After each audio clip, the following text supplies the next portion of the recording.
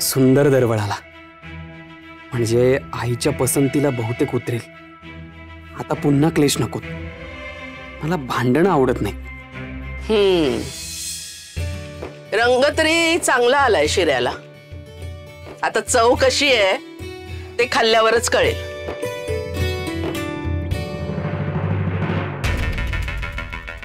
अगं बाई, हे काय?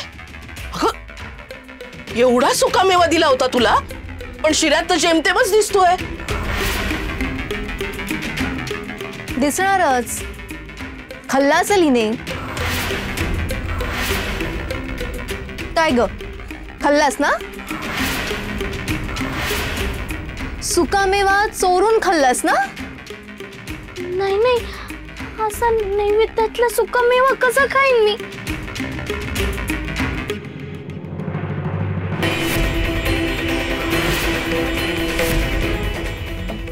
माझ्याकडे काय पाहताय?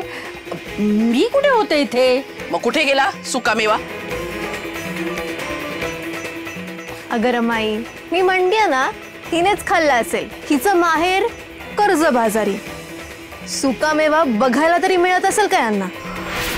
सखू, मुकाट्यानं कबूल कर, नाही तर तुला मी शिक्षा देईन ना, सांगून ठेवते.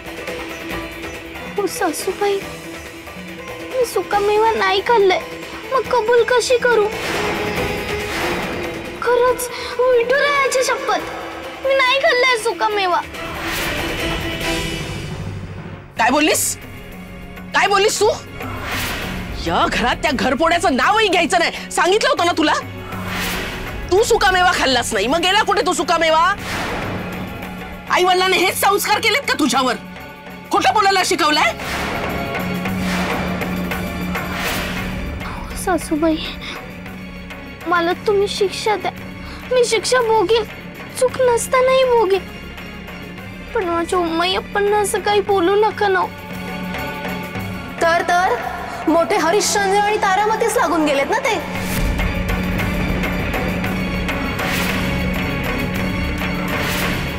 कोडगी आहे ही, कोडगी.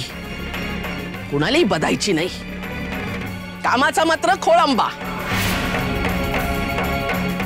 तिथली एक वाटी घे, वाटीत शिरा काढ आणि देवीला हळदी कुंकू वाहून नैवेद्य दाखव, कळलं?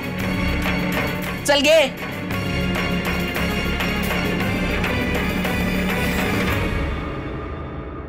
मिली घारीची नजर आहे महामायेची. लगेच लक्षात आलं सुकामेव्याचं. मरू देत, मी मटकवलाय हे तर नाही ना लक्षात आलं. मग बस झालं.